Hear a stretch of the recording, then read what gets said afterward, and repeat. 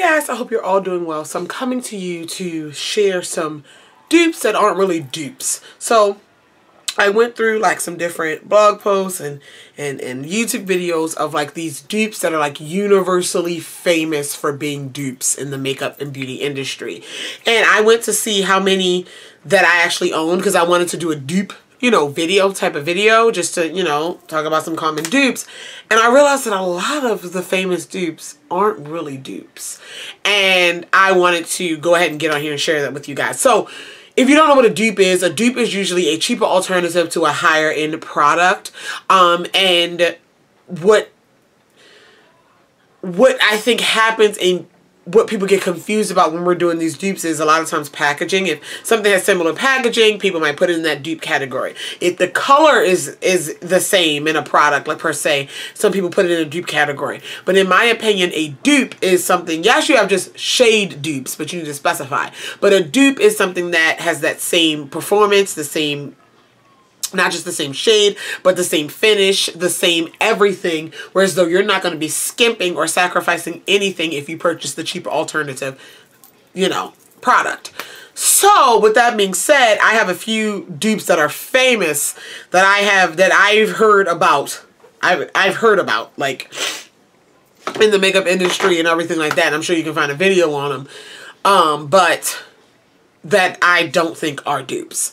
So most of them are just products, and then I have one that is a shade specific thing.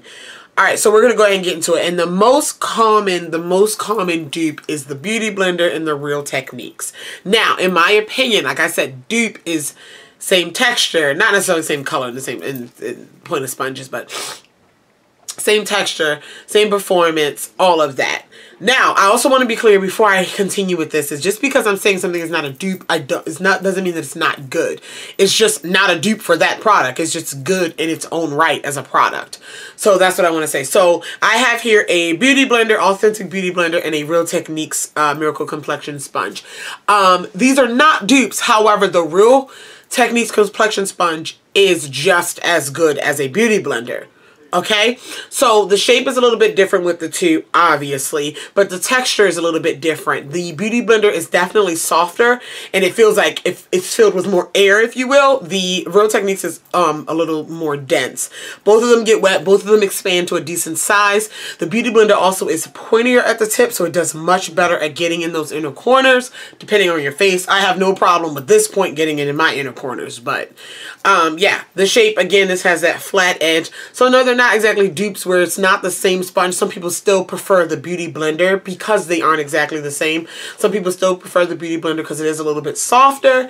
But I definitely recommend this sponge. I personally, I like both of the sponges. I like this flat side for really get my foundation spread out quickly, but I also like this pointier side of the Beauty Blender, if I'm splitting hairs, if you will. But these two, both great products, just not dupes. Okay, throw this back.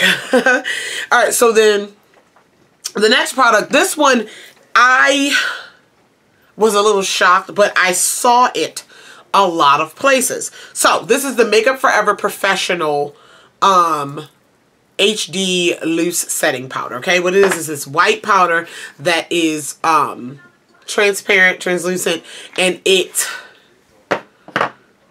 sets makeup really nicely, and even on like darker women of color, if you use a sparing amount, of course, you don't just pile it on, it doesn't give that flashback or that chalkiness.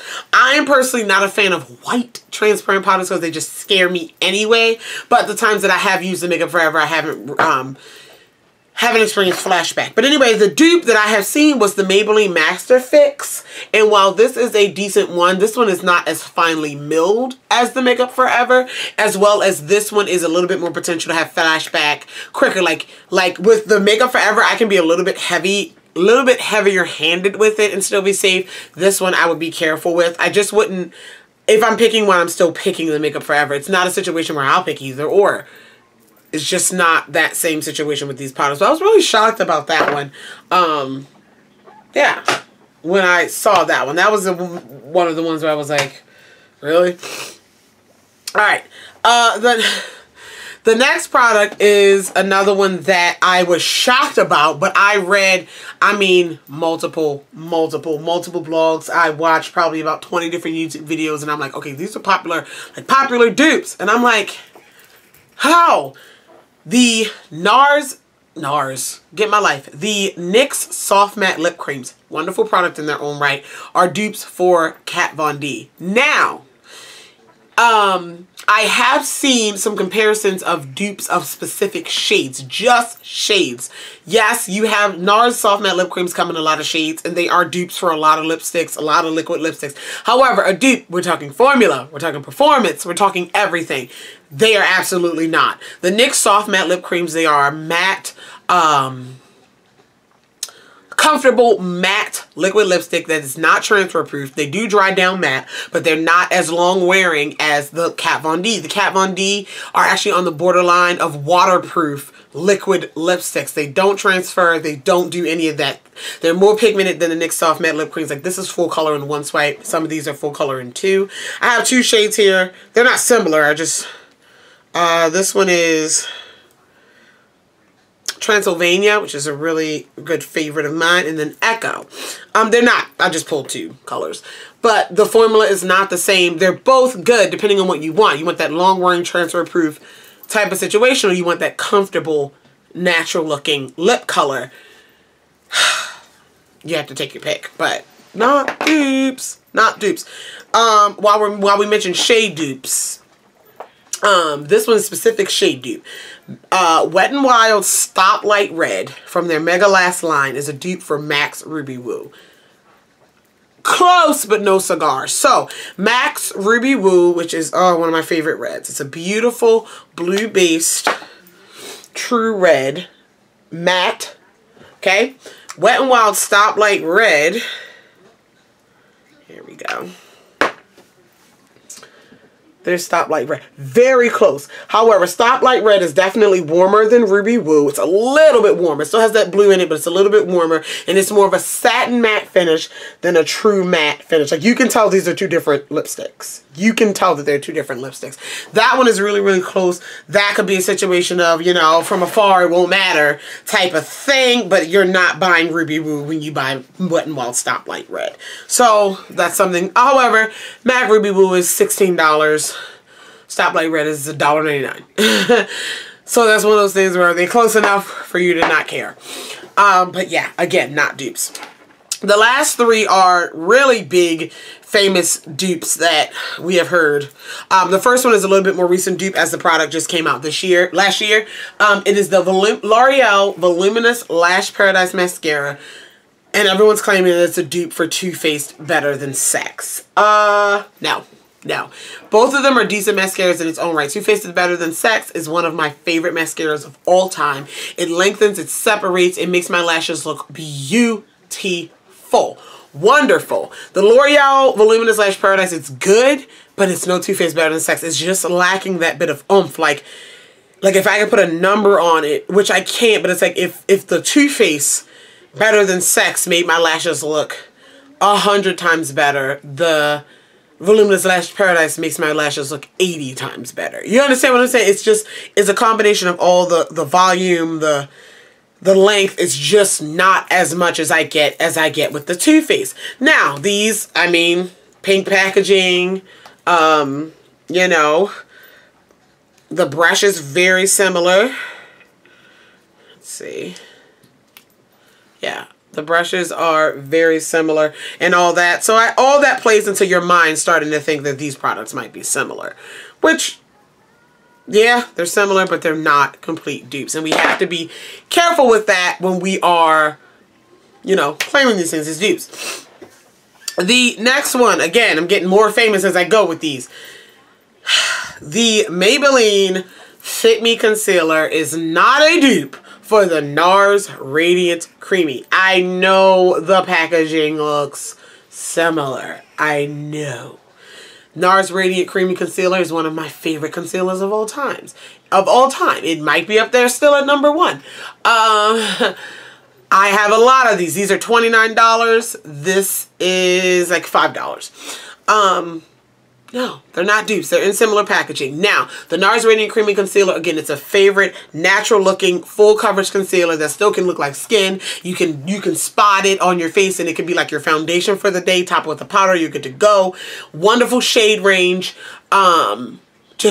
It's thicker than the Maybelline Fit Me, so it has that, again, that little bit more coverage, a little bit more grab to stay on your skin and just to look great.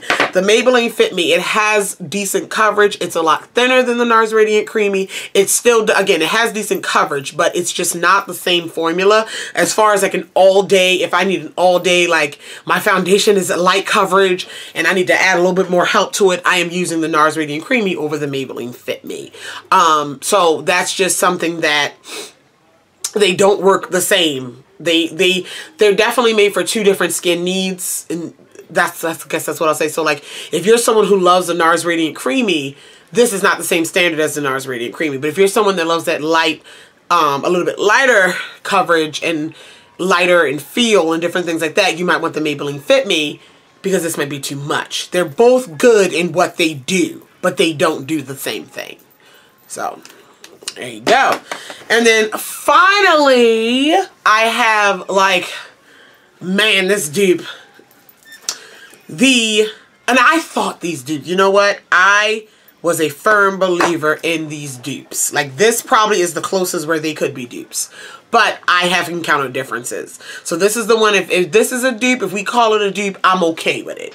But it's still, I need to point out some differences. The NYX Micro Brow Pencil is not a dupe for the Anastasia Beverly Hills Brow Wiz. Now, they're both skinny brow pencils. Same exact size. The pencils themselves are the same exact type. They have actually similar colors. They're called different things. Yeah, they're called different things. Like, this Micro Brow is chocolate, but my Anastasia... Oh, both of these are chocolate. Both of these are called chocolate, but they're slightly different. Anyway, they're both a Micro Brow Pencil. They both do well. You can work with either one to make your eyebrows look glam. However, I found that the NYX Micro Brow is a little bit easier to work with than the Anastasia Brow Wiz. I fell in love with this Brow Wiz, but then I got the NYX Micro Brow and I realized, okay, first off, this is half the price. This is $21, this is $10. But this Anastasia Brow Wiz is just a little drier. It's drier across the skin. It takes a little bit longer to do. It's definitely a drier formula. This pencil is a little bit more, not creamy in the sense of it's just a little bit easier to draw on the skin, if you will. Also, for some reason, let's see how much we get. 0.085 grams.